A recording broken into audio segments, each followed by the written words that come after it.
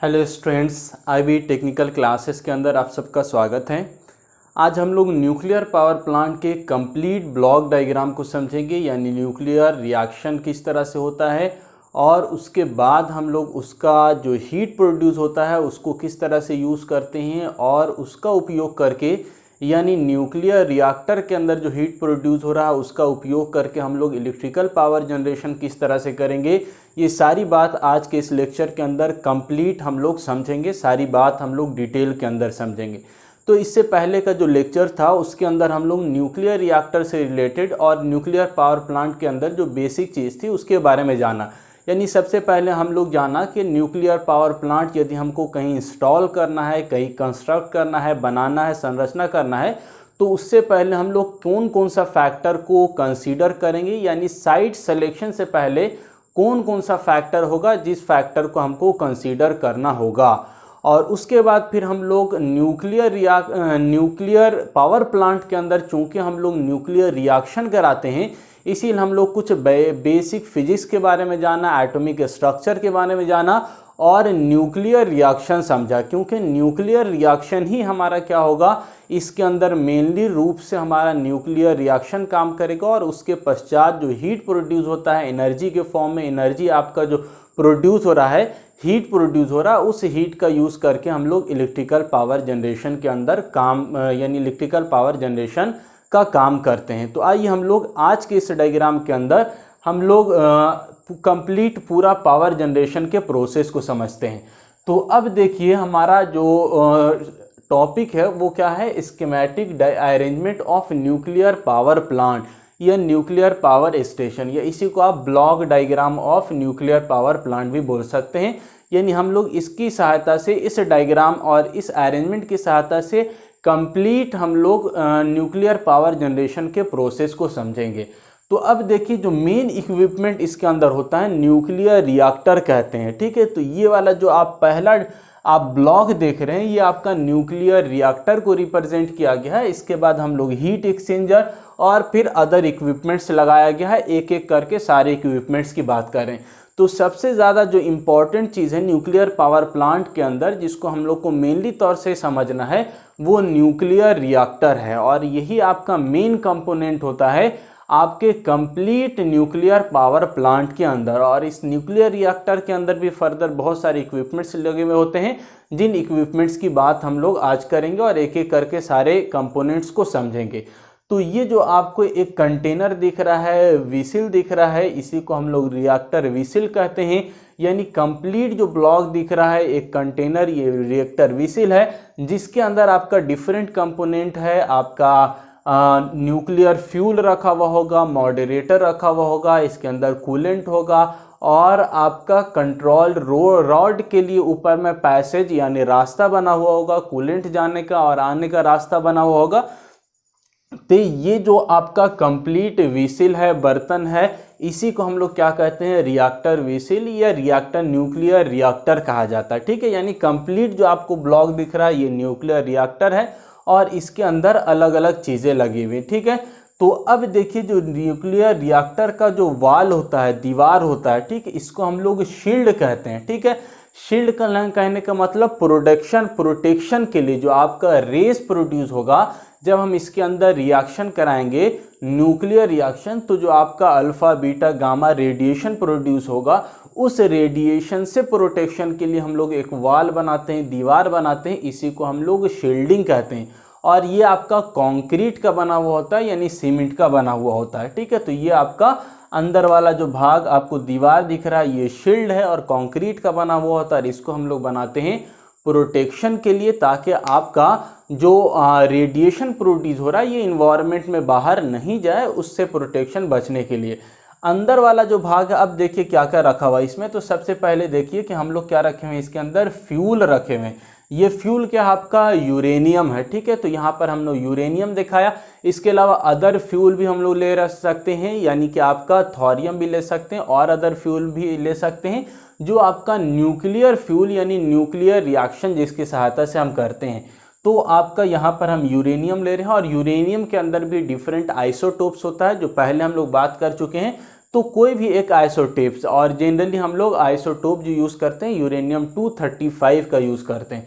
तो यहाँ पर यूरेनियम हम लोग रखा, और इसी यूरेनियम पर हम लोग क्या करते हैं, जब न्यूट्रॉन के माध्यम से बम्बार्डिंग कराया जाता है, तो इस न्यूट्रॉन पर जब बम्बार्डिंग करेंगे हम लोग, तो क्या होगा, आपका चेन रिएक्शन स्टार्ट हो जाएगा। और चेन रिएक्शन जैसे स्टार्ट होगा तो आपका वहाँ से एक बहुत बड़े अमाउंट में एनर्जी रिलीज होगा, और हीट के फॉर्म में एनर्जी रिलीज होगा। तो इसी हीट का यूज़ हम लोग को पावर जनरेशन के अंदर करना है। तो ये यूरेनियम आपका रखा हुआ है।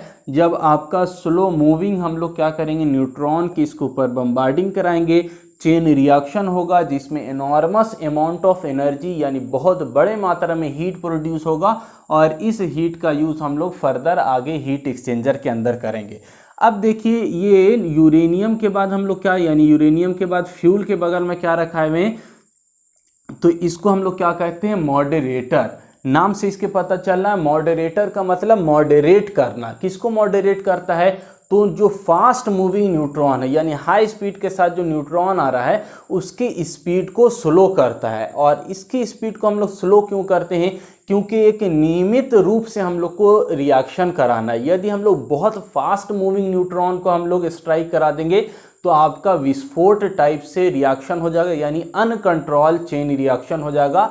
तो हमको क्या चाहिए, कंट्रोल रिएक्शन चाहिए। इसीलिए हम लोग स्पीड को, न्यूट्रॉन की स्पीड को स्लो कर देते हैं, और उसके लिए एक इक्विपमेंट हम लोग यूज़ कर रहे हैं जिसको मॉडरेटर कहेंगे। मॉडरेटर का काम क्या होगा, जो न्यूट्रॉन है, फास्ट मूविंग न्यूट्रॉन, इस न्यूट्रॉन की स्पीड को घटाना, गति को घटाना, ताकि आपका चेन रिएक्शन नियमित रूप से, यानी आपका कंट्रोल के अंदर रिएक्शन हो, स्लो हो आपका रिएक्शन।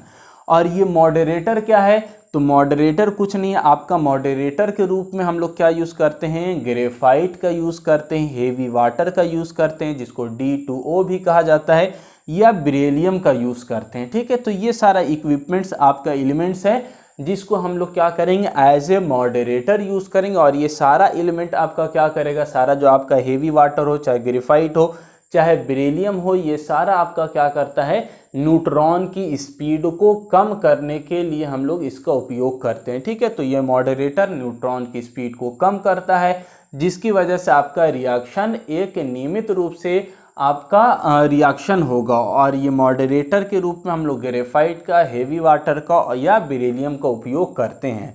ये मॉडरेटर से रिलेटेड बात हो गया। दूसरा, अब देखिए अंदर वाला जो कंटेनर है इसको हम लोग प्रेशर वेसल कहेंगे। क्यों कहेंगे प्रेशर वेसल, क्योंकि यहाँ पर रिएक्शन हो रहा है और बहुत हेवी प्रेशर क्रिएट हो रहा है। तो अंदर वाला जो भाग है इसमें प्रेशर रहता है, इसीलिए इसको क्या कहा जाता है, प्रेशर वेसल कहते हैं। ठीक है, अब देखिए एक और चीज़ हम लोग ऊपर में लगाए हुए हैं, इसका नाम क्या है, कंट्रोल रॉड। ठीक है, ये कंट्रोल रॉड क्या करेगा, आपके रिएक्शन को control, neutron speed slow moving speed से गया तो भी रिएक्शन फास्ट होगा, यानी रिएक्शन होगा, लेकिन उस रिएक्शन, जो चेन रिएक्शन यहाँ पर हो रहा है तो कंटिन्यूअस चलता रहेगा जब तक हम इसको रोके नहीं। इससे पहले भी हम लोग बात किया था, यदि हमको चेन रिएक्शन को कंट्रोल करना है, रोकना है या ख़त्म करना है, तो मेरे पास दो ऑप्शन होता है। या तो हम लोग क्या कर दें, इस फ्यूल को इस रिएक्टर से हटा दें। दूसरा ऑप्शन है, जो न्यूट्रॉन्स है, जो स्लो मूविंग न्यूट्रॉन्स बम्बार्डिंग कर रहा है, इस न्यूट्रॉन को हम क्या कर दें, ऑब्जॉर्व कर लें, अवशोषित कर लें। यदि न्यूट्रॉन को अवशोषित कर लिया जाए या हटा लिया जाए तो रिएक्शन रुक जाएगा। या दूसरा ऑप्शन है, फ्यूल को यहाँ से हटा दें तो चेन रिएक्शन रुक जाएगा। ठीक है, क्योंकि आपका पावर जनरेशन का जो काम है वो हमेशा एक जैसा नहीं होता। कभी आपका डिमांड ज़्यादा है, यानी आपका बल्ब, पंखा, फ्रिज ज़्यादा जला रहे, जैसे आप गर्मी दिन में देखिएगा, आपका क्या होगा, समर के अंदर हम लोग का ज़्यादा लोड बढ़ जाता है, यानी बल्ब, पंखा, फ्रिज, वॉशिंग मशीन और आपका एसी, कूलर सब चलता रहता है। लेकिन जाड़े के दिन में देखिए, सर्दी के मौसम में लोड क्या हो जाता है, कम, यानी हम लोग सिर्फ पंखा भी बंद नहीं चलाते नहीं है, सिर्फ आपका बल्ब जलता है, यानी लोड कम हो जाता है। तो आपका अलग अलग क्या सीज़न के अंदर लोड की वैल्यू अलग अलग होती है, उसी के अनुसार हम लोग पावर प्रोडक्शन का काम करते हैं। तो मान के चलिए अभी हमको प्रोडक्शन इलेक्ट्रिसिटी नहीं चाहिए, तो हम क्या करेंगे, चेन रिएक्शन को कम कर देंगे। हमको इलेक्ट्रिसिटी ज़्यादा चाहिए तो चेन रिएक्शन को फास्ट कर देंगे।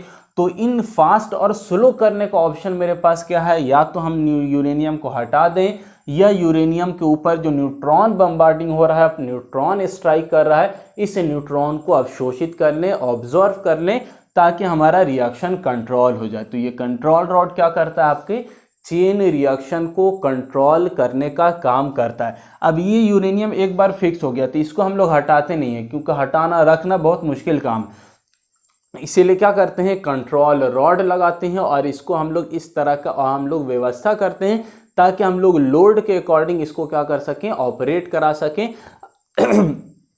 अब ये मेरा ऑब्जर्व कैसे करेगा तो आपको जब ये कंट्रोल रॉड को हम क्या करेंगे, अंदर डालेंगे, यानी इंसर्ट करेंगे, कहाँ पर, रिएक्टर के अंदर।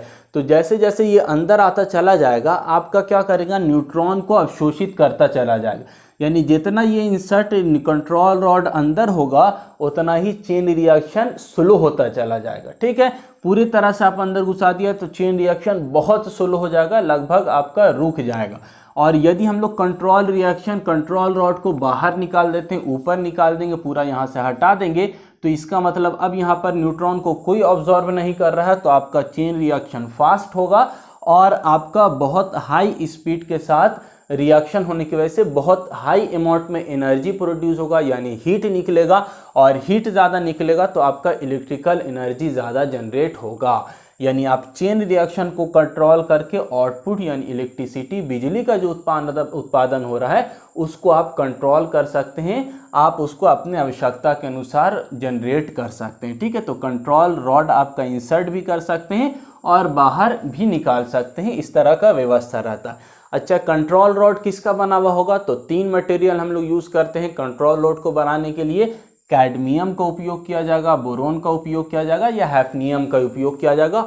और इन कैडमियम, बोरोन हो, ये सारा जो आपका एलिमेंट्स है, ये ऐसा एलिमेंट है जो आपका क्या करता है, जिसके अंदर बहुत हाई कैपेसिटी या हाई ऑब्जॉर्विंग कैपेसिटी होती है न्यूट्रॉन को ऑब्जॉर्व करने का। यानी न्यूट्रॉन को बहुत तेज़ी से ये अवशोषित कर लेता है, ऑब्जॉर्व कर लेता है, और इसी सारे मटेरियल का हम क्या बनाते हैं, कंट्रोल रॉड बनाते हैं। ठीक है, तो लगभग सारी बात हमने किया रिएक्टर से रिलेटेड। आपका रिएक्टर व्हीसल के बारे में बात किया, शील्ड क्या है वो बात किया, यूरेनियम क्यों रखे हुए हैं वो बात किया, प्रेशर व्हीसल क्या है, मॉडरेटर क्या, कंट्रोल रॉड क्या है। तो लगभग रिएक्टर से सारी बात हुई।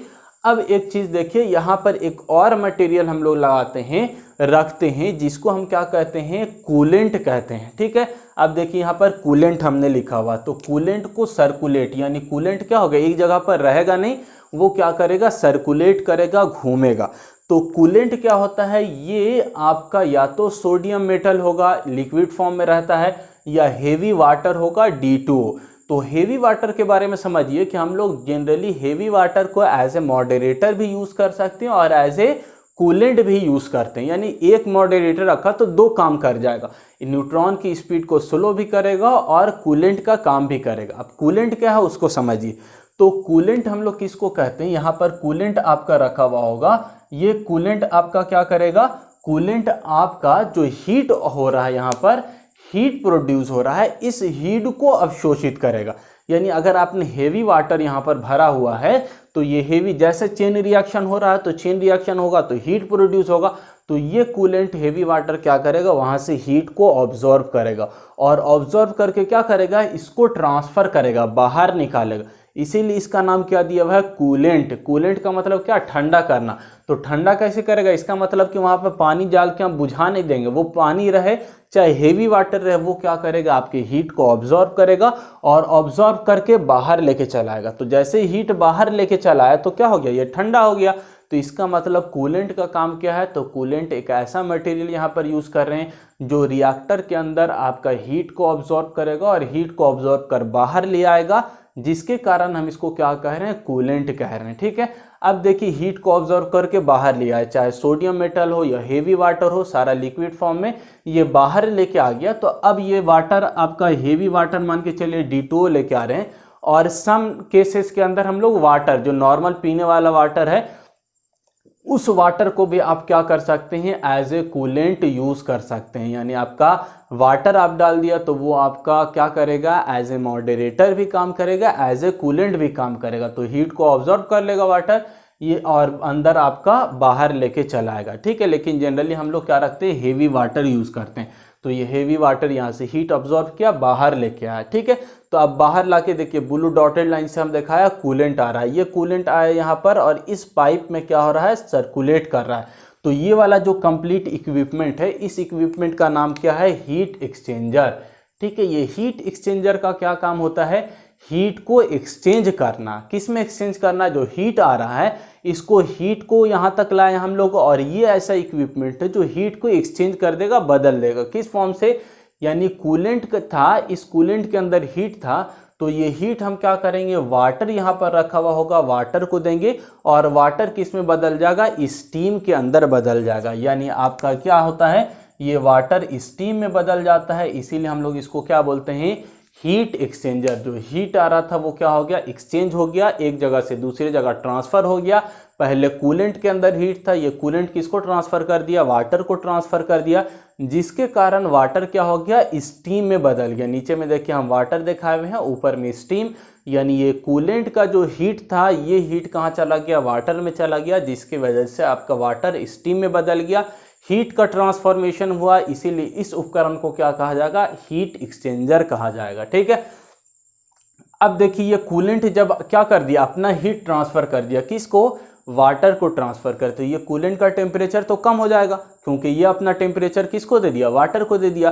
तो अब इस कूलेंट को पकड़ेंगे हम, पकड़ के कहाँ भेज देंगे, वापस हीट एक्सचेंजर। तो उसके लिए एक पंप लगाए हुए हैं, जिस पंप का नाम क्या है, कूलेंट सर्कुलेटिंग पंप। यानी ये पंप क्या करेगा, प्रेशर के साथ भेज रहा है, यहाँ पर कूलेंट जा रहा है, कूलेंट आपका हीट को ऑब्जॉर्व कर रहा है, हीट को ऑब्जॉर्व करने के बाद फिर हीट एक्सचेंजर के अंदर फिर इसका टेम्परेचर वाटर को जा रहा है, इसका टेम्परेचर कम हो जा रहा है, तो यहाँ पर फिर वाटर, ये कूलेंट आ रहा है, कूलेंट फिर हीट एक्सचेंजर, और ये कंटिन्यूअस प्रोसेस इसका चलता रहेगा। यानी यहाँ पर आपको क्या मिल जाएगा, जो भी हेवी वाटर रहे, चाहे आपका सोडियम मेटल रहे, ये हॉट मिलेगा, और यहाँ से जो रिटर्निंग आ रहा है ये कूल हो जाएगा, थोड़ा ठंडा हो जाएगा, फिर यहाँ पर जाएगा, फिर यहाँ से हीट ऑब्जॉर्व करेगा, टेम्परेचर बढ़ेगा, फिर यहाँ से हॉट, ये आपका कूलेंट इसके अंदर जाएगा, अपना टेम्परेचर वाटर को देगा, फिर ये ठंडा हो जाएगा, और इस तरह से कंटिन्यूअस हीट एक्सचेंजर के माध्यम से यहाँ पर इसका साइकिल चलता रहेगा। आ रहा समझ में। तो ये बात हो गई कि इसकी हीट एक्सचेंज, आपका आप रिएक्टर से रिलेटेड सारी बात होगी। तो न्यूक्लियर रिएक्टर ही मेनली तौर से समझना होता है। तो न्यूक्लियर रिएक्टर हमने समझा, जिसके अंदर हम चेन रिएक्शन करा रहे हैं, हीट प्रोड्यूस हो रहा है, कूलेंट उसको ऑब्जॉर्व कर रहा है, बाहर ले जाकर दे रहे हैं, और ये आपका हीट एक्सचेंजर के अंदर हीट वाटर को ट्रांसफर हो रहा है, जिसकी वजह से वाटर स्टीम के अंदर बदल जा रहा है। इतना समझ में आ गया, तो लगभग आपको न्यूक्लियर पावर प्लांट समझ में आ गया। आगे क्या हो रहा है, तो अब कुछ नहीं जान बचा इसके अंदर। पहले जैसे थर्मल पावर प्लांट के अंदर होता था, सेम उसी तरह से काम होगा अब। तो अब ये स्टीम जो बचा है, ये high pressure high temperature steam होगा। यहाँ पर वाल्व हमने लगा दिया ताकि हम उसको क्या कर सकें, कंट्रोल कर सकें। आपके मर्जी के ऊपर है, ज़्यादा स्टीम भी भेज सकते हैं, कम स्टीम भी भेज सकते हैं। तो हमने स्टीम लिया यहाँ पर, और स्टीम को कहाँ पर स्ट्राइक करा रहे हैं, टरबाइन पर स्ट्राइक करा रहे हैं। और जैसे ही हाई प्रेशर के साथ टरबाइन स्ट्राइक करेगा, टरबाइन आपका क्या होने लगेगा, स्टीम आपका स्ट्राइक किया, आपका टरबाइन रोटेट होगा, और जैसे ही रोटेट हो गया, यानी स्टीम एनर्जी मैकेनिकल एनर्जी के अंदर बदल गया। ये मैकेनिकल के एनर्जी यानी टरबाइन के साथ क्या लगा हुआ, अल्टरनेटर लगा हुआ है, कपलिंग जिसको कहते हैं, यानी एक दूसरे के साथ जुड़ा हुआ होता है नट बोल्ट के साथ। ये कपलिंग यानी मैकेनिकल एनर्जी अल्टरनेटर को मिल गया, और अल्टरनेटर को जैसे मैकेनिकल एनर्जी मिलता है, ये क्या कर देता है, इलेक्ट्रिकल एनर्जी के अंदर कन्वर्ट कर देता है। यहाँ से इलेक्ट्रिकल एनर्जी मिला, यहाँ पर ट्रांसफार्मर लगाए हुए हैं जो वोल्टेज को बढ़ाता है। वोल्टेज बढ़ाने के बाद कहाँ भेज देते हैं हम लोग, ट्रांसमिशन लाइन। आपने देखा होगा बड़ा बड़ा टावर, तो वहाँ पर ट्रांसमिशन लाइन के अंदर चला जाएगा। यहाँ पर हम लोग एक इक्विपमेंट लगाते हैं जिसको सर्किट ब्रेकर कहा जाता है। यानी किसी प्रकार का फॉल्ट हो गया, आपस में तार टकरा गया या आंधी तूफान आ गया, तो उस समय किसी भी प्रकार का फॉल्ट होगा, तो उस फॉल्ट से प्रोटेक्शन के लिए हम लोग एक इक्विपमेंट लगाते हैं जिसका नाम क्या है, सर्किट ब्रेकर। ठीक है, तो ये आपका और भी बहुत सारा ये जो इलेक्ट्रिकल इक्विपमेंट है, आगे चल के बहुत डिटेल में आप लोगों को पढ़ना है। तो अभी सिर्फ इतना समझिए, अल्टरनेटर आपका इलेक्ट्रिकल एनर्जी प्रोड्यूस कर दिया, और प्रोडक्शन के बाद हम लोग ट्रांसमिशन लाइन के माध्यम से लोड तक भेज देते हैं, यानी हमारे आपके घर तक सप्लाई आ जाती है। ठीक है, अब देखिए ये तो बात हो गई इलेक्ट्रिकल, लेकिन यहाँ पर क्या हो रहा है, यहाँ पर हमारा थोड़ा सा काम और बचा हुआ है जो पहले हम लोग देख चुके हैं कि अब जो टेम्परेचर, हाई प्रेशर टेम्परेचर के साथ जो स्टीम हमने स्ट्राइक कराया, इस स्टीम का प्रेशर टेम्परेचर क्या हो जाएगा, लो हो जाएगा, क्योंकि स्ट्राइक कर दिया, धक्का मार दिया है इसने। तो अब हम इस स्टीम के प्रेशर टेम्परेचर जिसका कम हो गया, इस स्टीम को क्या करेंगे, कहाँ भेजेंगे, कंडेंसर के अंदर भेजेंगे। ये कंडेंसर क्या है, condenser condenser is a device which condense steam. ये आप कह सकते हैं device which convert steam into water, यानी यहाँ से जो स्टीम आएगा इसको वाटर में बदल देगा। और वाटर में आपका क्या होगा, यहाँ पर फीड वाटर लगा हुआ है, यानी वाटर को पहुँचाने का एक पंप लगा हुआ है। तो ये पंप की सहायता से हम वाटर कहाँ भेज देंगे, वापस हीट एक्सचेंजर के अंदर भेज देंगे। और ये हीट एक्सचेंजर के अंदर वाटर फिर से हीट इसको मिलेगा, स्टीम के अंदर बदलेगा, और ये कंटिन्यूअस दूसरा साइकिल आपका चलता रहेगा। आ रहा समझ में। तो पहला साइकिल आपका यहाँ पर पूरा हो रहा था, कूलेंट आपका ये साइकिल कंप्लीट कर रहा है, ये सेपरेट साइकिल आपका है। दूसरा यहाँ पर एक वाटर और स्टीम का साइकिल ही पूरा हो रहा है, ठीक है। साइकिल मतलब एक चक्र लग रहा है, यहाँ से स्टीम आ रहा है, फिर कंडेंसर के अंदर वाटर में बदल रहा है, फिर वाटर यहाँ पर हीट एक्सचेंजर में जा रहा है, फिर स्टीम में बदल रहा है, और ये कंटिन्यूअस आपका प्रोसेस चलता रहेगा, ठीक है। और ही कंडेंसर के अंदर कैसे काम हो रहा है, ये सारी बात हम लोग पहले कर चुके हैं थर्मल पावर प्लांट के अंदर। अब इसकी सहायता से जो वाटर आपका यानी स्टीम के अंदर वाटर में बदलने के क्रम में आपका जो वाटर इसके अंदर कंडेंसर के अंदर होता है, उसका टेम्परेचर क्या होता है, बढ़ जाता है, हॉट हो जाता है। उसको किस तरह से ठंडा करेंगे, तो कूलिंग टावर, बहुत बड़ा बड़ा टावर लगा होता है, हम लोग टावर के ऊपर पानी ले जाते हैं, ऊपर से शावर यानी झरना के रूप में नीचे गिराते हैं, ड्रॉप्स बनाकर, छोटे छोटे बूंद बनाकर, जिसकी वजह से क्या होता है, वाटर ऊपर से नीचे गिरते गिरते ठंडा हो जाता है। और ये कूल वाटर फिर हम लोग पंप की सहायता से कंडेंसर के अंदर भेज देंगे, और इस पंप का नाम क्या देंगे, वाटर सर्कुलेटिंग पंप। यानी वाटर को ये क्या करेगा, कंटिन्यूअस सर्कुलेट करता रहेगा। कंडेंसर से यहाँ से कौन सा वाटर आपको मिलेगा, तो हॉट वाटर मिलेगा। कूलिंग टावर के ऊपर से नीचे गिराएंगे तो क्या हो जाएगा, कूल हो जाएगा, और ये कूल वाटर फिर कहाँ दे देंगे हम, कंडेंसर के अंदर। और ये कंटिन्यूअस आपका साइकिल चलता रहेगा, पहला साइकिल यहाँ, दूसरा साइकिल यहाँ, और तीसरा साइकिल आपका कंडेंसर और कूलिंग टावर में हॉट वाटर कूल वाटर का साइकिल चलेगा, ठीक है। इसके अलावा जो वाटर होता है, एवरी साइकिल के अंदर कुछ ना कुछ इवोपरेट हो जाता है, वाष्पीकरण हो जाता है, उड़ जाता है एयर के अंदर। तो वो वाटर हम कहाँ से ऐड करेंगे, तो रिवर की सहायता से। यहाँ नीचे में रिवर बनाए हुए हैं हम, तो रिवर की सहायता से पंप लगा के हम क्या करेंगे, कूलिंग टावर के अंदर भेजते रहेंगे, ताकि आपका कंटिन्यूअस साइकिल चलता रहे। इसके अलावा आपका यदि हीट एक्सचेंजर के अंदर कमी हो जाता है, तो उसके अंदर भी हम लोग वाटर प्रोवाइड करेंगे। रिवर्स के पास आपका एक इक्विपमेंट लगा हुआ होता है, जिसको हम लोग वाटर ट्रीटमेंट चैम्बर कहते हैं, जहाँ पर कुछ इम्प्योरिटीज आ जाएगा, अशुद्धि आ जाएगी वाटर के अंदर, तो उसको हटा दिया जाएगा, और प्योर फिल्टर करके वाटर हम लोग कूलिंग टावर के अंदर या हीट एक्सचेंजर के अंदर भेजेंगे। तो यहाँ पर जो भी इम्प्योरिटीज़ है उसको कहाँ भेज देंगे, रिवर के अंदर, और जो प्योर अच्छा वाटर होगा उसको हम लोग रिवर से ले लेंगे। तो इस तरह से रिवर के अंदर भी ये आपका साइकिल चलता रहेगा। तो हम लोग इस तरह आपका पूरा न्यूक्लियर पावर प्लांट हम लोग समझा, जहाँ पर डिफरेंट इक्विपमेंट जो यूज़ होता है, मेनली तौर से reactor, heat exchanger, turbine, condenser, cooling tower और अल्टरनेटर की बात किया। और आपको पूरी तरह से अब समझ में आ गया होगा कि आपका न्यूक्लियर रिएक्टर किस तरह से काम करता है। इसके अलावा भी यदि कोई डाउट है तो आप पूछ सकते हैं। नेक्स्ट क्लास के अंदर हम लोग इसके बारे में डिस्कस करेंगे। Thank you.